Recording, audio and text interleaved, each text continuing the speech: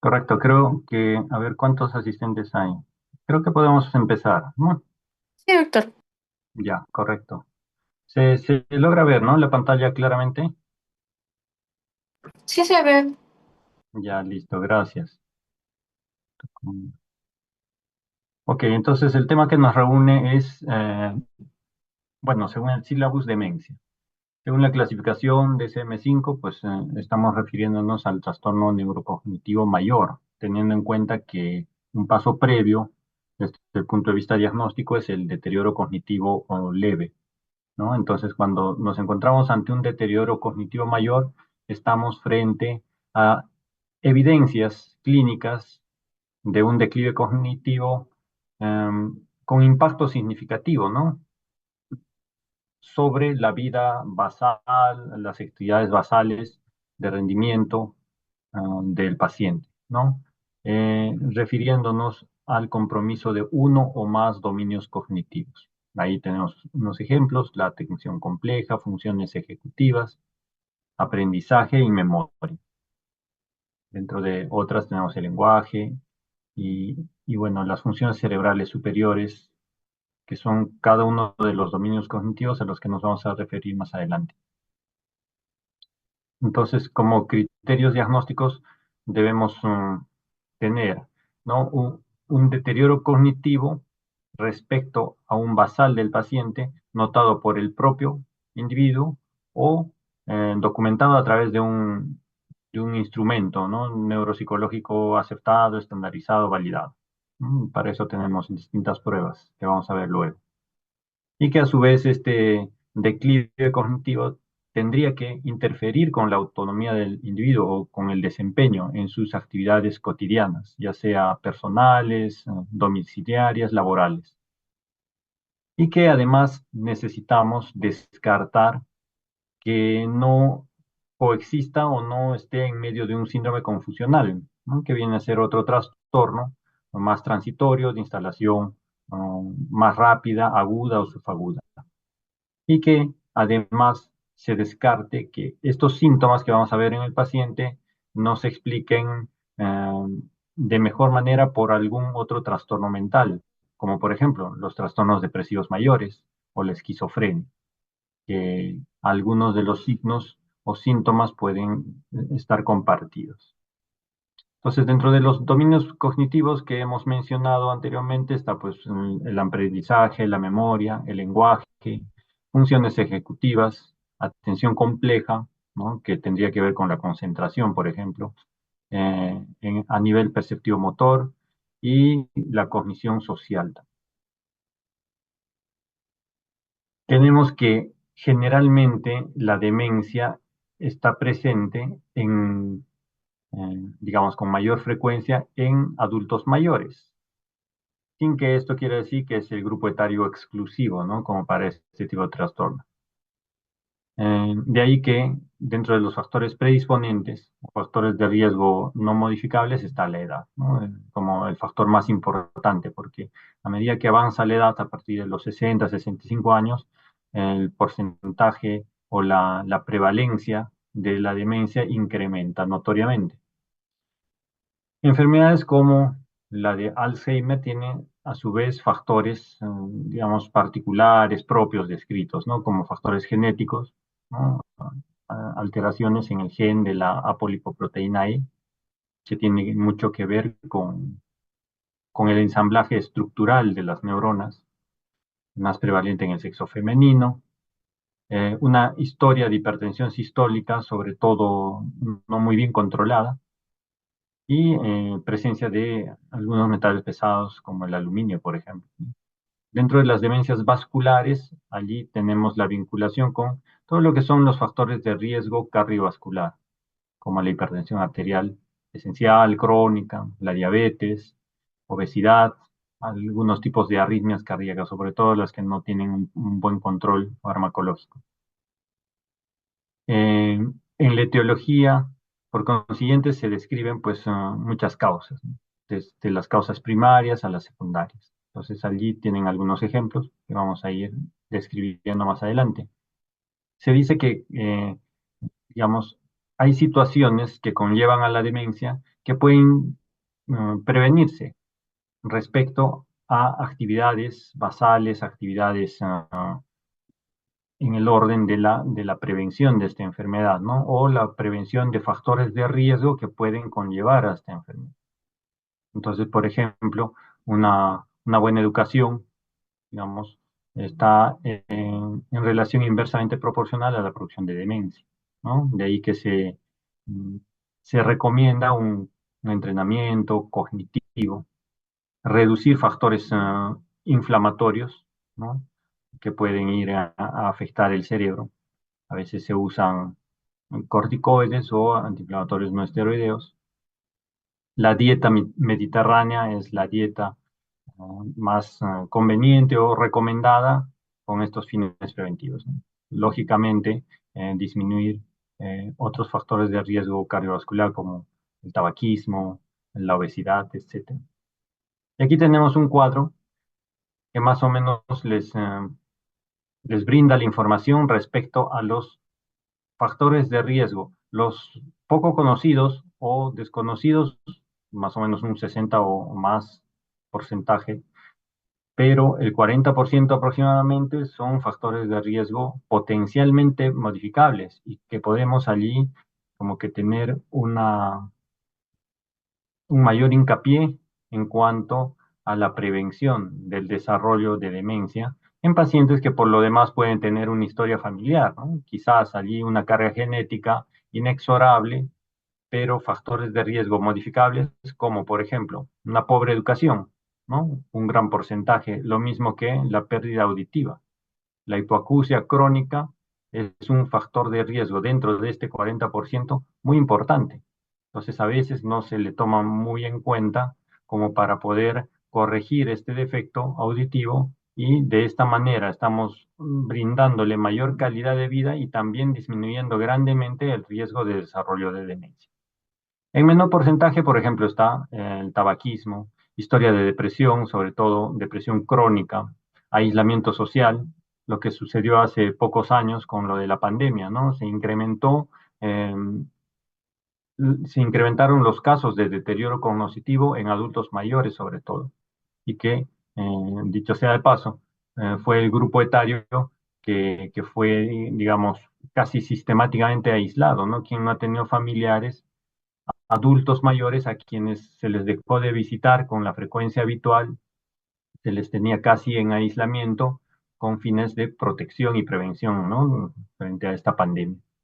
Consumo de alcohol, la historia de hipertensión, incluso traumatismos cráneoencefálicos, ¿no? Incluso los traumatismos crónicos, ¿no? En los deportistas con alto impacto sobre la cabeza, ¿no? Boxeadores. Se ha descrito también, hay publicaciones respecto a otro deporte, aparte del boxeo, el fútbol americano, ¿no? Incluso hay una película, ¿no? Que hace unos años salió en torno a estos casos de traumatismo cráneoencefálico crónico. Dentro de las causas de la demencia, encontramos una dentro de las primarias, la enfermedad de Alzheimer. La mayor parte de las demencias en este grupo etario se deben a enfermedad de Alzheimer, en algunas publicaciones llegando casi al 80% inclusive. Seguido por las demencias con cuerpos de Lewy, demencias vasculares, que en los últimos años está cobrando mayor importancia, relevancia y prevalencia. Y después tenemos otras causas secundarias con menor porcentaje de participación que vamos a ver luego. Dentro de estos factores de riesgo modificables que habíamos mencionado a través de ese gráfico, bueno, tenemos la menor educación respecto a la hipertensión, sobre todo controlar la presión sistólica, mantenerla en valores por debajo o por lo menos en 130 milímetros de mercurio, como para que este factor de riesgo esté idealmente controlado o disminuido. Si existe un compromiso auditivo, pues lo que se recomienda son audífonos medicados y sobre todo evitar el trauma acústico, ¿no? Incluso en personas jóvenes por motivos ocupacionales están expuestos a ruidos intensos, repetitivos, cotidianos. Entonces, de todas maneras existen protecciones o equipos de protección auditiva, de aislamiento sonoro, como para evitar este trauma acústico, que más adelante, en la edad correspondiente, pueden ir desarrollando demencia. El tabaquismo, obesidad, como factores de riesgo asociados a enfermedades cardiovasculares, lo mismo que el sedentarismo, la diabetes, ¿no? Contacto social infrecuente, hasta el grado más extremo que es el aislamiento social. Y esto va de la mano con personas que, por ejemplo, padecen de depresiones crónicas, que de por sí se caracterizan porque buscan también el aislamiento social. Ojo, que una depresión puede compartir algunos síntomas de demencia, simular una demencia, pero si es que no se trata, esta depresión per se ya constituye un factor de riesgo como para el desarrollo de una demencia. Consumo excesivo de alcohol, traumas cefálicos y la polución, ¿no? Con contaminantes metálicos sobre todo.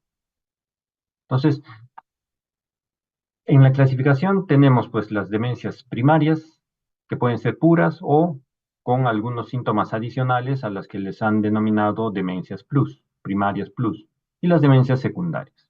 Dentro del primer grupo habíamos mencionado a la enfermedad de Alzheimer como la predominante estadísticamente, pero también existen otras degeneraciones focales, ¿no? Por eso el nombre, ¿no? Demencia frontotemporal, es que se caracteriza por un menoscabo cognitivo de las funciones que dependen de los lóbulos frontal, temporal, y que también incluso en la imagen y en las imágenes funcionales se observa una afectación parenquimal en estas zonas, ¿no?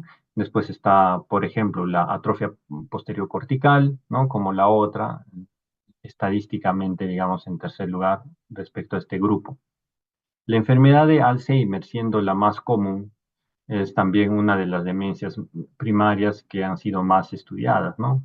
Tenemos los factores de riesgo, inclusive los factores genéticos, y se describen incluso a manera de una teoría poligénica, ¿no? Hay genes vinculados con algunas alteraciones que están localizados en distintos cromosomas. Entonces, no hay un genotipo específico para la enfermedad de Alzheimer y de hecho que están vinculadas a esta enfermedad no solamente con un origen genético, sino también con factores de riesgo asociados, ¿no? Como por ejemplo, el sexo femenino, la edad, que ya es de por sí no modificable, el estatus de la polipoproteína E, eh, antecedentes de infartos de miocardio, traumatismos craneales. Entonces, en una persona que pueda desarrollar una enfermedad de Alzheimer pueden coexistir estos factores de riesgo. Inclusive acá tenemos, ¿no? Que esta es de una publicación de este año. Me pareció interesante este gráfico porque describe la presencia de ciertas proteínas, como por ejemplo beta amiloide, que ustedes saben que está vinculado a la enfermedad de Alzheimer, lo mismo que las proteínas tau, la alfa-sinucleína dentro de las enfermedades degenerativas vinculada al Parkinson, ¿no? Y a las, digamos, demencias por cuerpos de Lewy. El TDP-43 es otra sustancia que es una proteína transmembrana que está vinculada con, por ejemplo, otra enfermedad neurodegenerativa que es la esclerosis lateral amiotrófica. Entonces, si bien estas enfermedades neurodegenerativas que acabo de mencionar, eh, digamos, el sitio o el asiento topográfico dentro de su fisiopatología es el sistema nervioso central. Sin embargo, tienen una distribución a nivel periférico.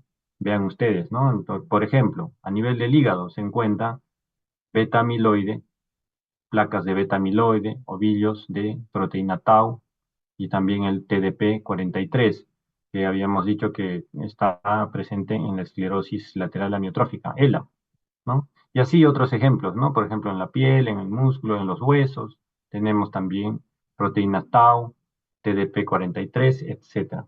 Entonces, se postula la teoría que en personas que tienen, digamos, estos acúmulos proteicos anómalos a nivel periférico, incluso por traslocación a través del nervio vago, que es uno de las vías por las cuales puede ingresar al sistema nervioso, o vía hematógena, puede haber una traslocación de estas proteínas anómalas.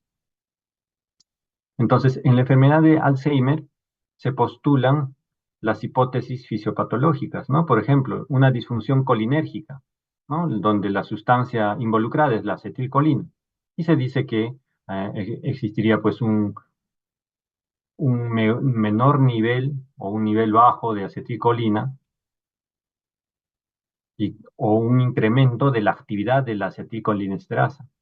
¿De acuerdo? Entonces, el resultado va a ser una disminución de la actividad de la acetilcolina transferasa, ¿no? Y por lo tanto, este es digamos, la acción a nivel de diferentes lugares corticales va a verse declinada esta función, ¿no? Lo mismo referido para el glutamato, ¿no? La hipótesis es la excitotoxicidad mediada por el glutamato, donde está involucrado, lógicamente, este neurotransmisor, pero, digamos, al existir una sobreestimulación de los receptores NMDA, que son unos receptores vinculados a canales de calcio, se dice que existiría un mayor influjo de calcio con los efectos deleterios sobre la célula neuronal. La cascada de amiloide, por ejemplo, donde está involucrado el beta amiloide, ya sabemos que, digamos, existiría un catabolismo anormal de la proteína precursora de amiloide, que son estas las secretasas, que producen, digamos, proteínas de amiloide insolubles. Sabemos que el beta amiloide es soluble, pero esta producción anómala de beta amiloide insoluble hace que precipite, forme las denominadas placas neuríticas, ¿no? La agregación de la proteína tau, una proteína que está vinculada a los microtúbulos. Entonces, la hiperfosforilación de esta proteína tau hace que estos microtúbulos tengan una función defectuosa, de tal manera que va a conllevar a una disfunción y muerte de las células neuronales. Acá para ver más o menos lo que hemos explicado, la vinculación de las secretasas, tanto gamma como alfa, para, digamos, tener una disfunción anómala de la proteína beta amiloide y con toda la consecuencia que hemos descrito. Y esto también a nivel de los microtúbulos, ¿no? Vinculada a la proteína tau hiperfosforilada, que va a generar los, digamos, la congregación de estos filamentos para finalmente formar ovillos neurofibrilares que contienen esta proteína tau hiperfosforilada y esta va a desencadenar una disfunción de la célula neuronal y lleva pues a la apoptosis o muerte de la neurona. También existe una disfunción sináptica. Esta proteína, perdón, beta amiloide, digamos el acúmulo de beta amiloide, va a inducir la internalización de este receptor que es el NMDA, que es un receptor de glutamato. Entonces, este receptor que se encuentra en la membrana postsináptica, por la acción y la influencia del beta amiloide, va a interiorizarse, de tal manera que va a haber una expresión disminuida de este receptor, por lo tanto, la acción del glutamato como un neurotransmisor excitatorio va a estar declinada también, ¿no? Y no hay que confundir con la excitotoxicidad, que es, digamos, una hiperfunción del glutamato, ¿no? Sobre sus receptores. Y a nivel mitocondrial también, ¿no? El beta amiloide defectuoso va a ir a disminuir, digamos, el metabolismo a nivel mitocondrial, conduciendo a la muerte neuronal. También se describe, ¿no? Que este beta amiloide, al ser fagocitado por las células de la microglia, se va a generar una cascada inflamatoria, ¿no? Una producción de citoquinas proinflamatorias que van a llevar a la neurotoxicidad y a la muerte neuronal. Entonces, bajo estos diversos mecanismos que se han descrito en la enfermedad de Alzheimer, se produce una pérdida de las neuronas en su función y en su número, de tal manera que esto va a tener, digamos, un impacto no solo clínico, sino también en la estructura del encéfalo, sobre todo a nivel cortical, frontotemporal, ¿no? Como estamos observando. Entonces, al disminuir el volumen del encéfalo, se van a ampliar algunas cavidades, ¿no? Cavidades o los surcos, las circunvoluciones y los mismos ventrículos, como estamos observando aquí. Estas son imágenes de resonancia magnética. La amiloidosis, que ha sido descrito, se puede estudiar a través del PET scan, ¿no? o otras neuroimágenes funcionales, puede ser asintomática, pero cuando ya produce neurodegeneración, ya pues entonces va a conllevar a las manifestaciones clínicas de un deterioro cognitivo que finalmente dará con la demencia. Acá la anatomía patológica para ver, ¿no?, lo que hemos visto en la imagen, ya esta es una pieza anatomopatológica y las placas neuríticas que contienen la proteína beta amiloide congregada. Entonces, en las neuroimágenes funcionales, como por ejemplo esta imagen tomográfica funcional, tenemos que utilizan marcadores. Con el PET scan, por ejemplo, la tomografía con emisión de positrones, tenemos el marcador que es la fluorodesoxiglucosa, ¿no?, que es un marcador de metabolismo neuronal. Entonces, se producirán imágenes cuando existe un aumento del metabolismo neuronal, ¿no?, o una disminución del mismo. Acá observamos, ¿no?, en el deterioro cognitivo leve y en la enfermedad de Alzheimer hay una mayor captación. Dentro de las demencias primarias, aquellas que están asociadas a otras alteraciones subcorticales, como la de ganglios basales, por ejemplo, u otros núcleos subcorticales, tenemos en primer lugar, por frecuencia, la demencia con cuerpos de Lewy y que se vincula o está emparentada con incluso la enfermedad de Parkinson. La diferencia sería pues que en esta primera se desarrollaría la demencia como un síntoma cardinal, una manifestación, digamos, en primer lugar, a diferencia de la enfermedad de Parkinson en la que los síntomas motores son los que aparecen en primera instancia y que como parte de la evolución crónica de la enfermedad se puede ir asociando la presencia de demencia. Y tenemos otras más, ¿no? Atrofias multisistémicas que cursan, por ejemplo, con ataxias, como por ejemplo la parálisis supranuclear progresiva, que también cursa con parkinsonismo, demencia, lógicamente, y parálisis de la mirada vertical, ¿no? Por ejemplo, digamos, la excursión vertical de los ojos está muy, muy comprometida y ese es uno de los signos que podríamos evaluar en este tipo de pacientes. Entonces, para diagnosticar una demencia con cuerpos de Lewy, se necesita, lógicamente, que desarrolle demencia, con déficit tempranos de la atención, por ejemplo, o hipoprosexia, funciones ejecutivas que vamos a poder valorar a través de algunos test que luego vamos a ver, habilidades visoperceptuales, ¿ya? Y el deterioro de la memoria va a ir, digamos, progresivamente, ¿no? A medida que estos síntomas, digamos, extrapiramidales también van a ir avanzando. ¿Cuáles son las manifestaciones principales? La cognición es fluctuante, ¿no? Entonces, la atención también está marcadamente comprometida, a diferencia de otros tipos de demencias. Si es que presentan alucinaciones, las visuales son las más comunes y se produce trastornos de comportamiento del sueño REM, ¿no? Movimientos anormales durante estas fases profundas del sueño, movimientos, conductas como gritos, incluso las pesadillas, ¿no? Que todo este cortejo sintomático de los trastornos de comportamiento del sueño REM pueden incluso preceder a los síntomas motores. ¿Mm? Entonces, de ahí que es importante también, digamos, ante un paciente en quien se sospecha alguna alteración durante alguna fase del ciclo del sueño, pueda este ser evaluado, investigado y finalmente diagnosticado.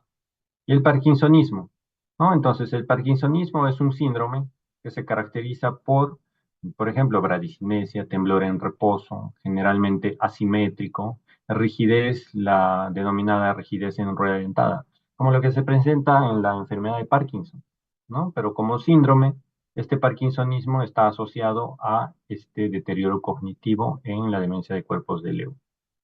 Acá, por ejemplo, encontramos que la demencia, mientras la demencia por cuerpos de Lewy tiene una preservación relativa, ¿no?, del volumen cortical, en la demencia por Alzheimer encontramos que hay un una gran pérdida de volumen cortical a nivel de los lóbulos frontal y temporal, sobre todo a nivel de los hipocampos, ¿no? Con dilatación manifiesta de los ventrículos laterales. Una diferencia, digamos, imagenológica entre estas dos entidades. Entonces, dentro de todas estas demencias degenerativas primarias, tenemos que, si es que es de inicio precoz, menores de 65 años, y el inicio tardío, que es el habitual, mayores de 65 años, ¿no? Un dominio neurológico o cognitivo generalmente afectado y de forma precoz es la memoria. Pero sabemos que por definición debe haber un deterioro múltiple de más de un dominio cognitivo, ¿no? O sea, es decir, la amnesia asociada a cualquiera de las otras alteraciones de funciones cerebrales superiores. ¿Puede existir aparición de síntomas psiquiátricos, conductuales como parte del curso de la enfermedad? Sí. Y lógicamente, producto de la evolución de esta demencia, vamos a tener el impacto sobre la vida cotidiana del paciente y eso conlleva a una disminución o pérdida de su independencia. Dentro de las demencias secundarias tenemos una etiología diversa, son potencialmente tratables, algunas son reversibles, ¿no? Y de ahí que la importancia del abordaje diagnóstico, ¿no?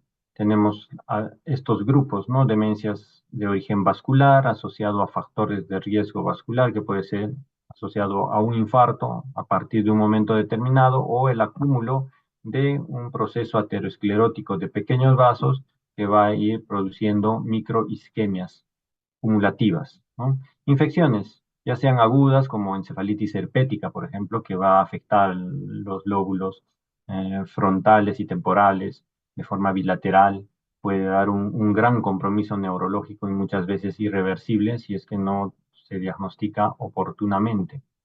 Y las infecciones crónicas, ¿no? Como por ejemplo la infección por VIH. En una fase de demencia SIDA, pues tenemos el deterioro cognitivo también por esta causa. Y algunas enfermedades priónicas, ¿no? Como Creutzfeldt-Jakob. La hidrocefalia, que puede ser producto de un evento vascular cerebral como una hemorragia intraparenquimal, intraventricular, parásitos como la neurocisticercosis que van a ir a obstruir, ¿no? La circulación libre del líquido cefalorraquídeo intraventricular, o postraumáticas, ¿no? Por cualquiera de los mecanismos, eh, inclusive por tuberculosis, ¿no? Otro tipo de infecciones crónicas.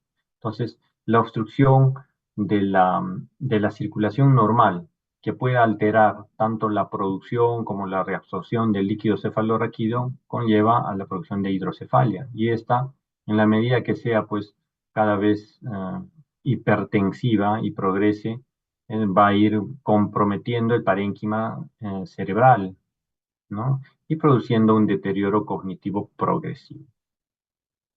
Causas metabólicas endocrinas, por ejemplo, los distiroidismos, enfermedades digamos, alteración del metabolismo de cobre, como la enfermedad de Wilson.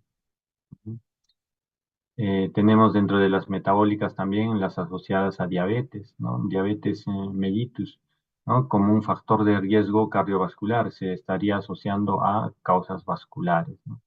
Las traumáticas. Producto de un traumatismo podemos tener eh, contusiones hemorrágicas, lesiones axonales difusas, que pueden conllevar a deterioro de cualquiera o de varias de las funciones cerebrales superiores, según su localización y su extensión también. La esclerosis múltiple como un ejemplo de las enfermedades desmielinizantes del sistema nervioso central, también que puede tener síntomas motores, síntomas sensitivos, y también se describe deterioro cognitivo. Bueno, para profundizar un poquito nada más, las demencias vasculares, aquellas que están asociadas a factores de riesgo vascular, ¿no?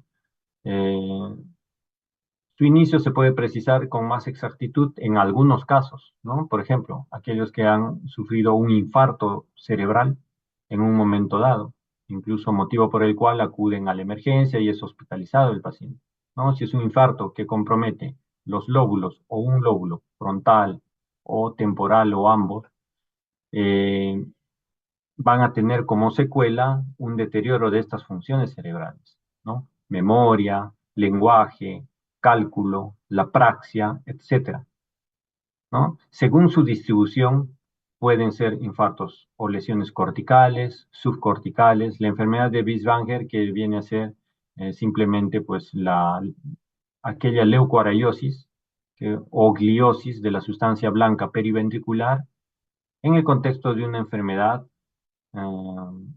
con factores de riesgo cardiovasculares, ¿no? Entonces, hay una demencia de instalación lenta y progresiva, y esto se puede confirmar por la imagen, generalmente una resonancia donde se ve la gliosis. Y la demencia talámica, ¿no? Por su comunicación entre el tálamo y la corteza.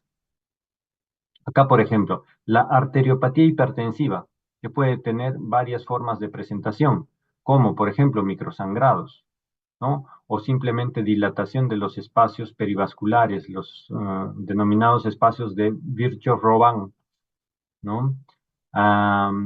Stroke lacunares cumulativos de la sustancia blanca, ¿no? Y que se ve en esta secuencia de Flair de la resonancia como lesiones periventriculares con aumento de la intensidad de señal, o simplemente asociadas, por ejemplo, a una hipertensión no controlada, las hemorragias profundas, ¿no? A nivel de ganglios basales, los eventos hemorrágicos hipertensivos.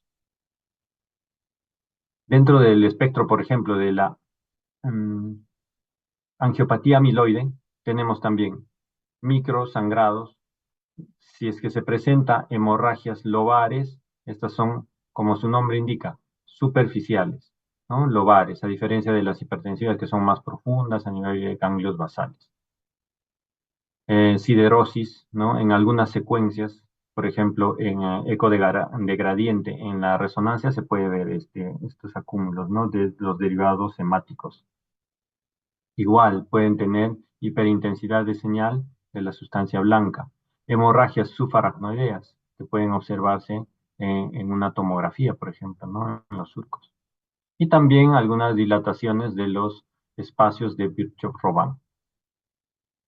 Y aquellas enfermedades cerebrovasculares de grandes vasos, ¿no? O de arterias mayores, donde va a haber una evidencia más superficial, cortical, de estos infartos que pueden ser lacunares y multifocales, ¿no?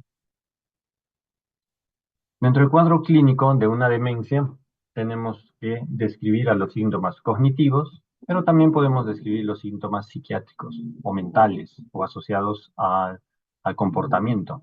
Y estos síntomas, estas manifestaciones, tienen que tener un impacto en la vida del paciente, generando alteraciones funcionales. Entonces, los dominios cognitivos brevemente, ¿no? La amnesia. Eh, la memoria reciente es la primariamente afectada, ¿no? Es la más comúnmente afectada.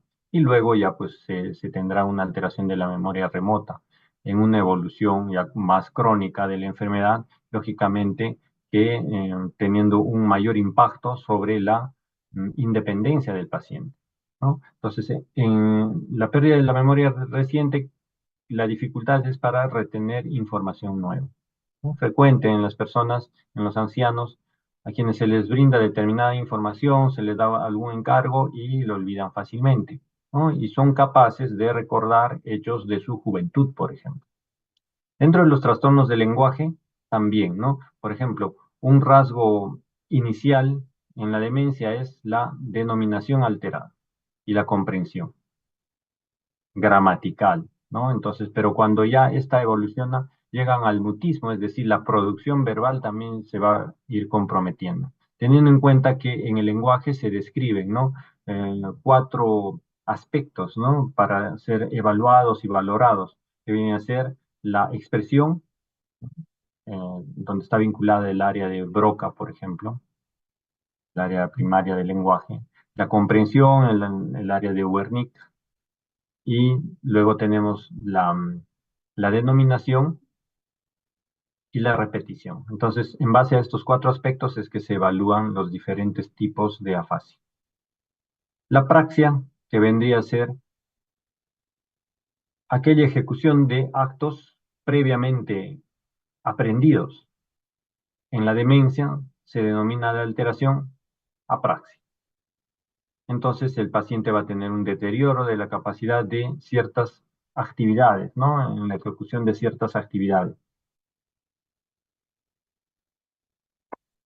Por eso que una forma de valorar si es que tienen compromiso en la praxia es realizar, por ejemplo, praxias del vestido o praxias ideomotoras, ¿no? Que simule, por ejemplo, si es que fumaba, pues que encienda su cigarrillo, y que haga la secuencia que normalmente una persona para fumar ejecuta, ¿no?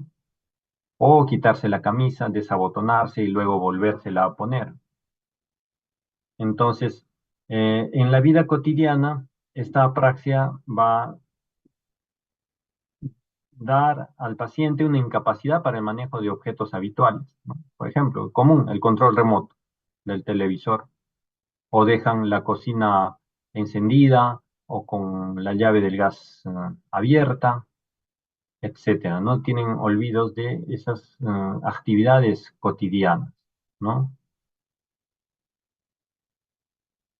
La dificultad o la pérdida de esa capacidad de reconocimiento que tiene para identificar objetos, situaciones, personas, ¿no? Se denomina la agnosia. Por ejemplo, la prosopagnosia, ¿no? La dificultad para reconocer rostros. Reconocer, ¿por qué? Porque en un momento ese paciente conocía muy bien por el rostro a sus familiares. Entonces ya disminuyen esta capacidad de reconocimiento y empiezan a confundirlos o a tomarlos como personas desconocidas, entran incluso en pánico, tienen ideas de robo, etcétera, ¿no? Entonces, o incluso para el reconocimiento de su propia imagen corporal, ¿no? La alteración de capacidades ejecutivas, ¿no? Incapacidad para ordenar la secuencia de actos, por ejemplo, que van a llevar a la ejecución material de un pensamiento determinado, ¿no? Entonces, esto va vinculado con las praxis, ¿no? Y la memoria de trabajo.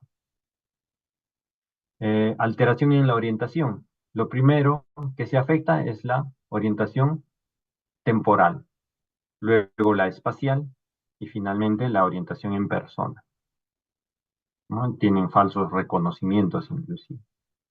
En algunos tipos de demencias, por ejemplo, en la demencia con cuerpos de Lewy, la capacidad para mantener la atención se va a ver, digamos, seriamente alterada y se describe como aproxia o hipoproxia, ¿no? Que vendría a ser la incapacidad para mantener la atención. Y el cálculo también, ¿no? Se puede valorar a través de operaciones aritméticas, matemáticas en general, pero teniendo en cuenta el nivel de instrucción del paciente, ¿no? Entonces hay que valorar eso como para poder, según su estado basal, su nivel de instrucción, poder realizarle ciertas pruebas de cálculo, ¿no? Para no sobrediagnosticar a un paciente iletrado, por ejemplo, como, digamos, que porta o padece de acalculia. Algunos síntomas psiquiátricos pueden coexistir o simular una demencia. Y aquí está, en un gran porcentaje de participación, la depresión, ¿no?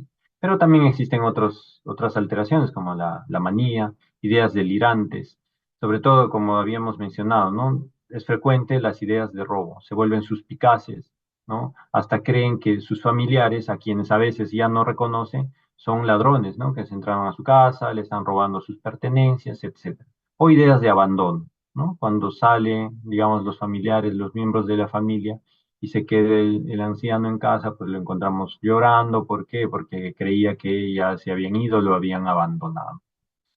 Pueden tener alucinaciones que con mayor frecuencia son visuales, pero también puede haber alucinaciones auditivas. No es lo más común, nos tendría que hacer pensar en otras causas, pero pueden existir.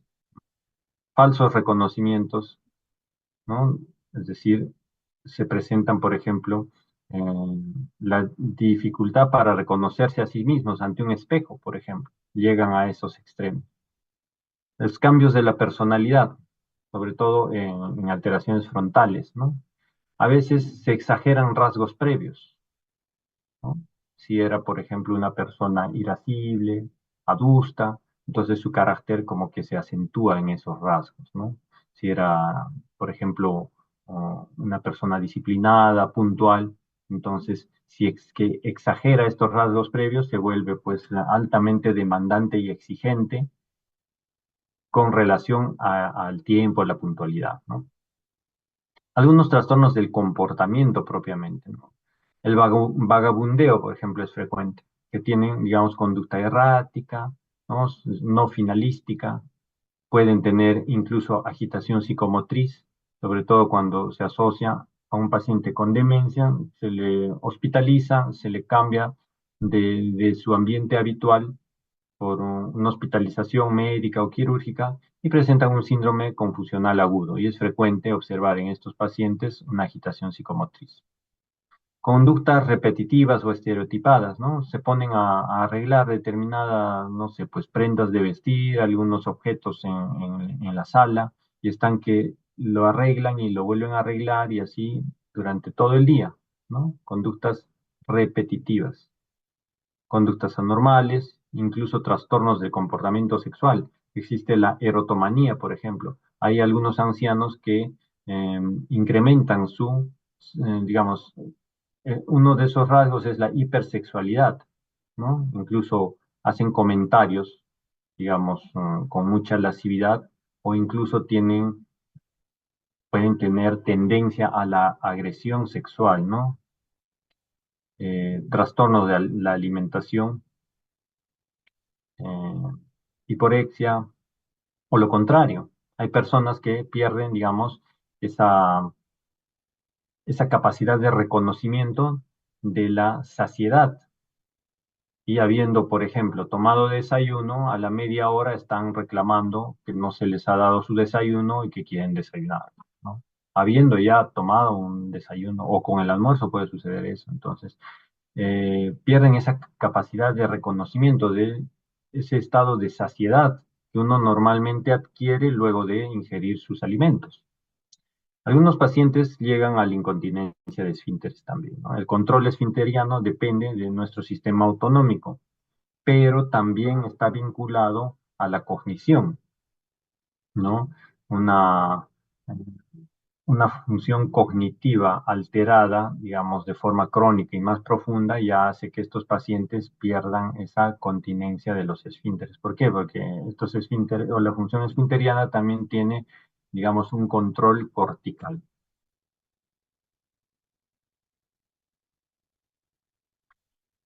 Entonces, ¿qué alteraciones instrumentales de la vida diaria? Habíamos mencionado algunas, ¿no? Domésticas. Si son instrumentales, aquellas vinculadas a, por ejemplo, electrodomésticos, ¿no? Como utilizar un microondas, ¿no? Muchos no están familiarizados, pero si lo estuvieron, ya pierden, digamos, esa capacidad de poder manipular, manejar estos aparatos. Lo mismo con la cocina, la radio, el televisor, control remoto, etcétera, ¿no? Financieras, bueno, pues lógicamente ya pierden la capacidad de llevar su contabilidad, extravían el dinero, ¿no? O incluso se hacen engañar, ¿no? Por personas inescrupulosas cuando van a comprar, ¿no? A determinado lugar, pues se quedan con el vuelto o les dan menos cambio, etcétera, ¿no? Y el paciente simplemente no repara en eso. Control de la medicación, por eso que es frecuente que terceras personas, ya sean familiares o cuidadores, hagan cumplir la medicación que de por sí ya pues es una polifarmacia, ¿no? Pero tienen varios medicamentos generalmente este tipo de pacientes. Y dentro de las actividades básicas de la vida diaria están aquellas del autocuidado, ¿no? La higiene, alimentación, ¿no? El autocuidado propio, ¿no? del paciente. Entonces, para llegar al diagnóstico necesitamos una amplia y profunda y detallada historia clínica que vamos a ir recabando tanto del mismo paciente como de las personas de su entorno, inclusive no solo de su entorno familiar, sino también laboral en algunos casos, ¿no? Hay que recabar antecedentes, la exploración física que tiene que ser muy prolija, la exploración neuropsicológica como un elemento adicional. ¿Por qué? Porque esta especialidad nos permite aplicar instrumentos de una forma más detallada y profunda para hacer ciertas precisiones de los dominios cognitivos comprometidos, ¿no? Y para hacer al mismo tiempo una valoración funcional también, ¿no? Que hay algunas escalas para ello. Para la valoración cognitiva, como habíamos dicho, ¿no? El Mini-Mental es un examen abreviado del estado mental que se puede aplicar en la consulta porque no toma muchos minutos su aplicación, pero hay otros test, ¿no? Incluso más elaborados que pueden aplicarse y de hecho en el ámbito neuropsicológico se aplican, ¿no? Otro test abreviado es el test de reloj, por ejemplo. Y para valorar las discapacidades existen los índices de discapacidad, ¿no? Uno frecuentemente usado es el índice de Bartel. Otro que también puede usarse es el índice de Katz. Y algunos cuestionarios de las actividades instrumentales y las actividades básicas de la vida diaria. Por ejemplo, este es un test, el test de MOCA, seguramente muchos de ustedes lo conocen, que valora, digamos, la capacidad cognitiva del paciente. Solamente pues que no ha sido homologado para nuestro medio. ¿Por qué? Porque vean ustedes, acá hay un camello, rinoceronte y león, como para que el paciente pueda identificar. Entonces, en algunas personas, digamos que hayan tenido contacto con este tipo de eh, animales en su formación, no necesariamente directa, sino a través de libros, revistas, fotos, internet, lo que fuese. Pero hay otro grupo de pacientes que simplemente no conocen. Entonces, va a haber un sesgo, ¿no? En cuanto a la calificación. En todo caso, habría que cambiar estos animales a otros más regionales, ¿no? Como para poder enfocar a cada uno de nuestros pacientes. Entonces acá vamos a valorar las capacidades ejecutivas o visoespaciales. Acá se dibuja el reloj y se va puntuando, se va puntuando. Se registra también pues la capacidad de, de repetir estas palabras para valorar la memoria, la atención, el lenguaje, la abstracción, por ejemplo, establecer diferencias entre manzana y naranja o semejanzas, ¿no? ¿Cuál es la semejanza entre un tren y una bicicleta? ¿No? Son vehículos, ¿no? O que tienen ruedas, o que se desplazan, etcétera. Entonces, para la capacidad de abstracción entre dos palabras que significan algo para el paciente, ¿no? El recuerdo diferido para hacer que evoquen las palabras que previamente ha fijado en la primera valoración de memoria, y para la orientación, ¿no? Precisar el día, la fecha, ¿no? Mes, año, etcétera. Dentro de los diagnósticos diferenciales, ya la habíamos mencionado, la depresión, y para descartarla, pues podemos recurrir a la escala de depresión de Hamilton, ¿no? Y con eso estaríamos orientando a que en este paciente está o existiendo solamente depresión o es una demencia asociada a depresión. De ahí que se desprende la decisión terapéutica. Entonces, para el diagnóstico también necesitamos una entrevista familiar en la mayor parte de los casos, porque si ya vemos un paciente con un deterioro de sus funciones, entonces la información puede ser limitada, la que brinda el paciente. Entonces, según nuestra sospecha etiológica, iremos a pedir, pues, estudios complementarios, ¿no? Que pueden ser de laboratorio, ¿no? Para dosaje de elementos hematológicos, electrolitos, enzimas hepáticas, perfiles metabólicos, etcétera. Y la neuroimagen, que nos va a orientar a determinar qué tipo de alteraciones en el encéfalo está teniendo el paciente y si se correlaciona con sus antecedentes como factores de riesgo cardiovascular, por ejemplo, o un dosaje anómalo de algún tipo de metal pesado que puede impregnar el parénquima cerebral y con ello producirse una demencia. Entonces, la resonancia y también para el seguimiento, ¿no? Acá ven un ejemplo en la que en determinado año, acá en 93, se veían los lóbulos en un corte coronal, en una secuencia T1 de resonancia magnética. Los lóbulos temporales tenían una profundidad más marcada de lo habitual de los surcos y las circunvoluciones estaban más estrechas de lo habitual. Pero ven, a medida que pasaron los años, 4 años más tarde y a su vez 4 años y finalmente 3 años más tarde, sucede un adelgazamiento máximo, ¿no? Extremo del parénquima, disminución de la corteza y una profundidad y ampliación de los surcos, ¿no? En una demencia progresiva, probablemente por una enfermedad de Alzheimer, ¿no? Porque es bilateral también. Y este es otro tipo de demencia, asimétrica, ¿no? La demencia semántica, donde sucede esta marcada asimetría de la involución parenquimal frontotemporal. Las demencias vasculares, estas imágenes como que representan zonas de gliosis crónica producto de probablemente isquemias antiguas, multifocales y cumulativas, ¿no? Córticos subcorticales, periventriculares, en el contexto de una enfermedad cerebrovascular o aterosclerótica de pequeños vasos. En la enfermedad de Creutzfeldt-Jakob podemos tener hiperintensidad de señal de los núcleos caudados y la corteza frontal bilateral. El PET scan, ¿no? El hipometabolismo de la fluorodesoxiglucosa como marcador en este tipo de examen funcional que se ve muy marcado en la enfermedad de Alzheimer, a diferencia de un encéfalo normal, pasando por un deterioro cognitivo leve.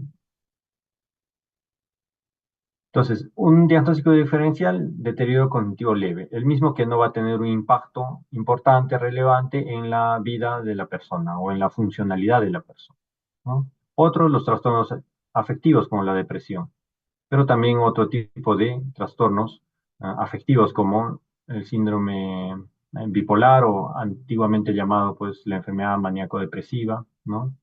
Trastornos obsesivos compulsivos, la confusión aguda o el síndrome confusional agudo, que puede coexistir en un paciente con demencia o simplemente simular una demencia, ¿no? El delirio. Algunos déficits cognitivos de dominio único, por ejemplo, la enfermedad de Korsakoff, ¿no? Ante déficit de tiamina, por ejemplo, ¿no? O crisis focales no reconocidas, abuso de drogas, alcohol, etcétera, ¿no? Algunos efectos adversos de la medicación que puede dar disminución de la atención o hipoprosexia, enlentecimiento del procesamiento del pensamiento, etcétera, que puede simular una demencia.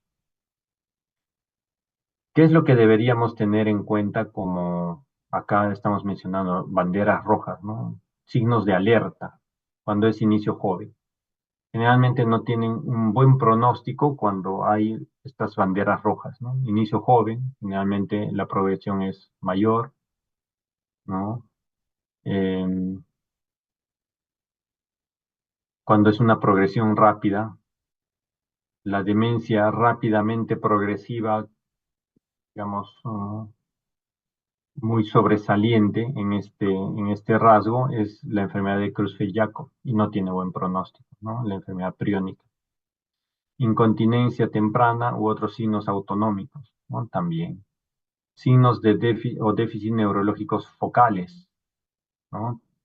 También, ¿por qué? Porque estas demencias pueden estar asociadas a alteraciones de los ganglios basales, dando las demencias plus, por ejemplo.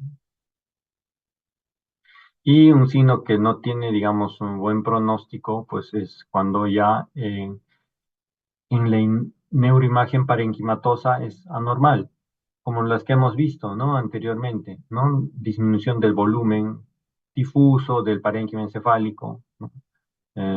Profundización mayor de los surcos, las circunvoluciones más estrechas o los giros más estrechos, hipotróficos. Entonces, eso ya, pues, digamos, no es un buen signo realmente, ¿no? Porque hay pacientes que pueden tener deterioro cognitivo y en quienes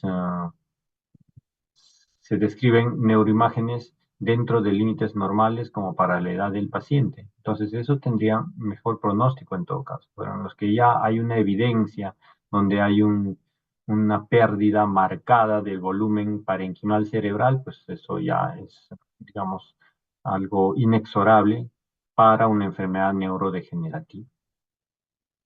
Entonces, según la etiología es que se elegirá pues el tratamiento o el abordaje terapéutico en general, ¿no? Porque sabemos que puede haber intervenciones terapéuticas generales, tratamientos farmacológicos que pueden revertir un estado demencial, ¿no? Teniendo en cuenta el segundo gran grupo que son las demencias secundarias, algunas potencialmente reversibles. Entonces, dentro del tratamiento farmacológico se pueden elegir aquellas que van a ir a tratar la etiología. Por ejemplo, deficiencias vitamínicas, ¿no? Alteraciones metabólicas como el hipotiroidismo, por ejemplo. El tratamiento farmacológico de los síntomas cognitivos. Aquí, bueno, hay experiencias múltiples, ¿no? Múltiples publicaciones a favor de ciertas sustancias, ¿no? Por ejemplo, dentro de estas encontramos a los que se administran en pacientes con Alzheimer, fármacos que aumentan la neurotransmisión colinérgica, por ejemplo, inhibidores de la colinesterasa, ¿no? Donepezilo es una droga muy común. También se usa la rivastigmina, y oral o en parches, como luego vamos a ver. Y los síntomas psiquiátricos asociados pueden utilizarse neurolépticos, o antipsicóticos también se conocen como tales, ¿no? Quetiapina, risperidona. Los antidepresivos y las benzodiazepinas que se reservan para casos muy puntuales, ¿no? Asociados a ansiedad, a veces hay pacientes en quienes se les puede ayudar un poco con la ansiedad y, y un trastorno de sueño transitorio. No se recomienda el uso de benzodiazepinas por cursos prolongados porque puede ser contraproducente. Incluso se describe algunas, como el clonazepam, que podría agravar el cuadro de demencia en estos pacientes. Aquí tenemos, por ejemplo, cómo se inicia el tratamiento con la dosis de inicio, donepezilo, la rivastigmina, galantamina, como inhibidores de la colinesterasa. Habíamos dicho que dentro de la fisiopatología, un neurotransmisor muy involucrado es la acetilcolina, ¿no? Aquí una comparación, por ejemplo, entre inhibidores de la acetilcolinesterasa y la memantina, que es un inhibidor no competitivo o antagonista de los receptores NMDA que tienen que ver ya no con la acetilcolina, sino con el glutamato, ¿de acuerdo? Entonces aquí hay que tener en cuenta más o menos el perfil farmacológico, ¿no? Por ejemplo, si dice, doctor, doctora, este medicamento, el donepezilo, si le doy con alimentos, ¿hay algún problema? Bueno, no, en realidad, no. No se afecta la absorción por los alimentos. Pero si le damos galantamina, por ejemplo, le prescribiremos que lo tome alejado de sus alimentos. Entonces, esos pequeños detalles hay que ir como que conociendo al momento de prescribir. Recordemos que este grupo de pacientes generalmente tiene varios medicamentos por diversas comorbilidades que están administrándose, ¿no? Los neurolépticos, aquí tenemos una variedad, haciendo, digamos, la aclaración que hay algunos efectos colaterales. Pero acá, por ejemplo, describimos, ¿para qué utilizamos estos antipsicóticos atípicos? Para los casos en los que se presente psicosis, agitación psicomotriz, alucinaciones, ¿no? Incluso hay agresividad producto de ello, ¿no? El haloperidol, la ventaja que hay presentación parenteral, entonces en algunos pacientes que están transitoriamente descompensados producto de la psicosis y su agitación se les puede administrar esto, ¿no? En algunos otros pacientes que tienen una agitación más recurrente, de mayor cronología, podemos utilizar el divalproato, carbamazepina como un estabilizador, ¿no? Y algunos medicamentos antidepresivos, ¿no? Escitalopram, sertralina, como los más comúnmente utilizados y también son bastante accesibles, ¿no? Antidepresivos tricíclicos, para tratar la depresión, cada vez se usan menos, ya tienen otras indicaciones, dolor neuropático, cefaleas tensionales, pero para tratar depresión tenemos otras alternativas más modernas. La mirtazapina aquí aparece, ¿por qué? Porque se utiliza, digamos, tiene utilidad para la depresión, sí, pero sobre todo se utiliza en ancianos que tienen alteraciones del sueño, insomnio, ¿no? Insomnio ya sea de conciliación o de mantenimiento. Entonces se les da en las noches, entonces actúa como un inductor de sueño, que de paso puede ayudarle con algunos síntomas afectivos asociados. Acá para mostrarles que la ribastigmina no solamente hay en presentaciones orales, sino también en parches, ¿no? Incluso en algunas guías han sido aprobados como que de mucha utilidad en los pacientes con enfermedad de Alzheimer, ¿de acuerdo? Ahora, algunos potenciales efectos colaterales. Si bien es cierto, son útiles, algunos más que otros, pero por ejemplo, el aldoperidol no es conveniente dar de forma recurrente o repetida en pacientes que tengan alguna demencia asociada a parkinsonismo, ¿no? Demencia con cuerpos de Lewy, la misma enfermedad de Parkinson. ¿Por qué? Porque puede exacerbar el parkinsonismo. Y sabemos que este síndrome es muy discapacitante, ¿no? Puede inducir hasta a caídas del paciente, entonces podemos complicar su situación motora. Entonces, mucha precaución. Para eso tenemos, por ejemplo, la quetiapina, ¿no? Que es una droga que es un neuroléptico, ¿no? Antagoniza pues estos mismos receptores, pero que no tiene este potencial efecto de producir parkinsonismo. Y de hecho que se puede utilizar en pacientes que tienen enfermedad de Parkinson. El inconveniente es que produce sedación. Ahora, digo el inconveniente para este grupo de pacientes, pero en general no es tanto un inconveniente porque podemos utilizar esa segunda propiedad hipnótica para los pacientes que presenten, por ejemplo, agitación psicomotriz fluctuante, tengan algunas alucinaciones visuales, irritabilidad producto de ellas y al mismo tiempo insomnio. Entonces se les da sus dosis nocturnas y como que cubrimos la necesidad de sedación y también de, digamos, cohibir los efectos conductuales también que tiene el paciente por su demencia. La pimavanserina está indicado y ha sido aprobado por la FDA en la psicosis o alucinaciones en la demencia por Parkinson, precisamente porque se describe como cero efecto extrapiramidal, o sea, no exacerba el parkinsonismo. Dentro de las medidas generales, ahí están pues los cuidados, ¿no? Que tiene que hacer la familia, en el caso de que estén en un centro, digamos, gerontológico o en un hospital, ¿no? La atención de las necesidades básicas, medidas de seguridad específicas, camas con barandas, por ejemplo, o barandas para el tránsito en el domicilio o donde vive el paciente, ¿no? En los pasadizos, en los servicios higiénicos, la ducha, los sanitarios, ¿no? Que tendrían que tener barandas, ¿no? Para mejorar el desplazamiento de estos pacientes. Establecer hábitos, ¿no? Como para que adopte los mismos en las actividades de la vida diaria, ¿no? Para que se hagan a manera de rutinas, cuestiones repetitivas y que vayan fijando esa información para que puedan ser autosuficientes en la medida de lo posible, ¿no? Apoyo psicológico, y no solamente apoyo psicológico, sino también afectivo, ¿no? Por parte de la familia. Esto habíamos mencionado, ¿no? Entonces las intervenciones terapéuticas van a ir orientadas a incluso controlar aquellos factores de riesgo potencialmente modificables, ¿no? En muchos de estos pacientes coexisten varios de estos factores de riesgo y en la medida que vayamos controlando cada uno de ellos, imagínense, podemos llegar al alrededor del 40% de prevención de la posibilidad de que desarrolle o empeore su demencia. Un gran porcentaje, ¿no?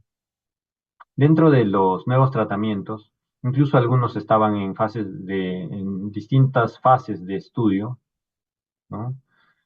Por ejemplo, la inhibición de la producción de beta amiloide, inhibidores de la beta secretasa, no es parte de la producción, ¿no? Las secretasas hemos visto que participan en la producción de beta amiloide. Entonces, la inhibición o los inhibidores de estas secretasas, beta secretasa, gamma secretasa, que son las más involucradas, inclusive ya están las drogas descritas, solo que digamos, anecdóticamente, algunas han avanzado, han progresado en sus diversas fases de investigación para su aprobación, pero algunas, por ejemplo, han sido descontinuadas. ¿Por qué?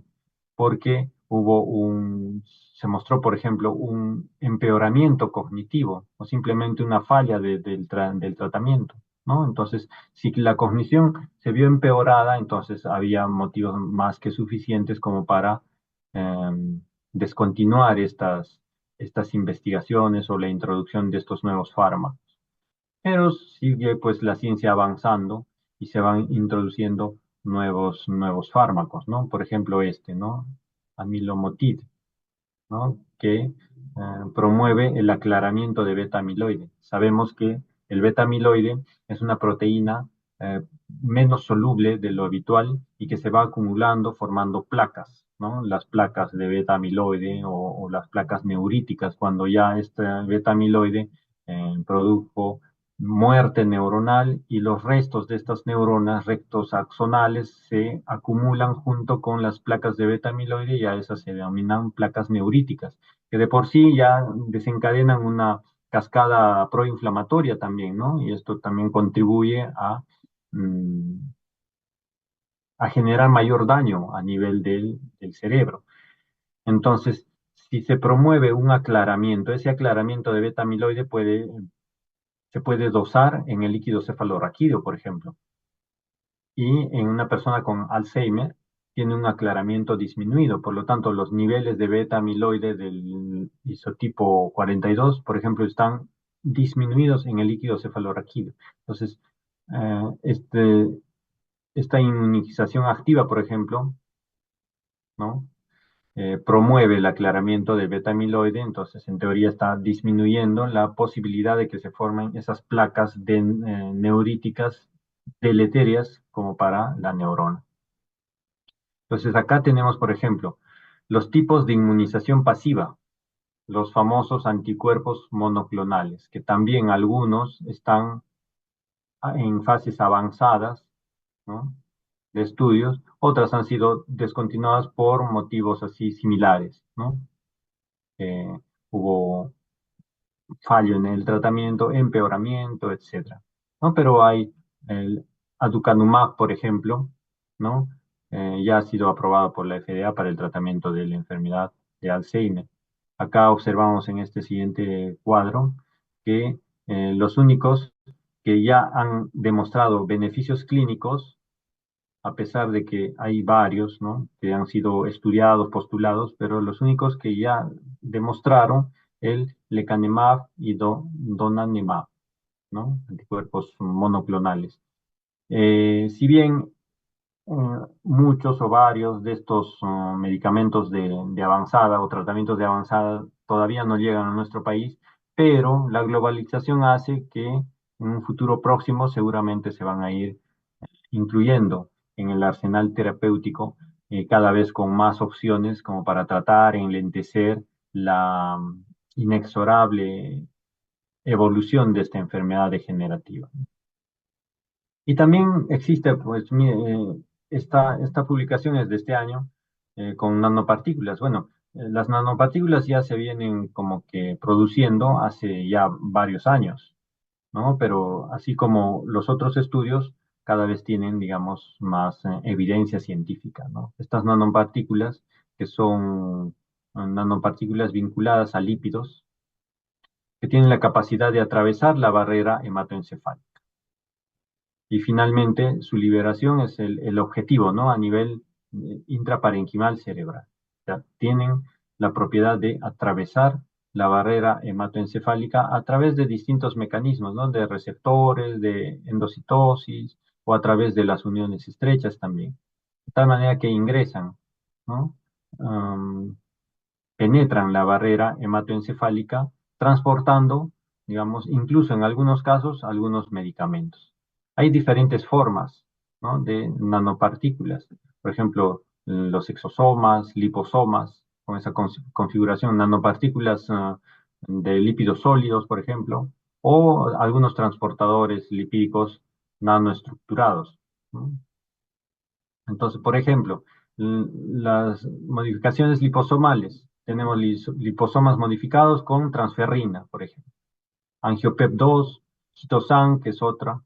Dentro de las nanopartículas de lípidos sólidos, lo que habíamos mencionado, de lípidos sólidos, transportan dopamina, eritropoyetina, esto es eritro, ¿no?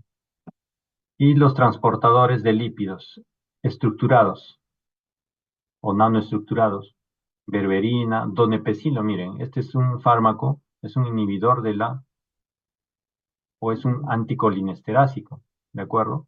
Que tenemos presentaciones vía oral, que se utiliza con mucha frecuencia, ustedes lo conocen, pero también como un componente de estas nanopartículas que son capaces de transportar e internalizar al sistema nervioso central el donepezilo, u otras glicoproteínas, por ejemplo, del virus de la rabia, ¿no? Tenemos dentro de las intervenciones no farmacológicas los estimuladores cerebrales profundos, ¿no? Con un generador implantable, otra la estimulación intrínseca o interna del nervio vago, también con su generador implantable, pero también hay otro eh, estimulador no implantable, ¿no? Externo o portátil, ¿no? También para estimular el nervio vago. Estimulaciones magnéticas transcraneales también. La estimulación eléctrica a través de polos catódico y anódico o de un sistema de corriente alterna, ¿no? Entonces son, digamos, métodos no farmacológicos que todavía no tienen un nivel de evidencia científica como para tener el mejor grado de recomendación, pero se encuentran en estudio algunas experiencias a favor, algunas no tan a favor y algunas que simplemente no revelan, digamos, un beneficio. Pero esto, como digo, pues es muy dinámico. Con la acumulación de más estudios de este tipo, iremos realmente a conclusiones más categóricas para ver si es que realmente estos métodos terapéuticos pueden beneficiar realmente a nuestros pacientes.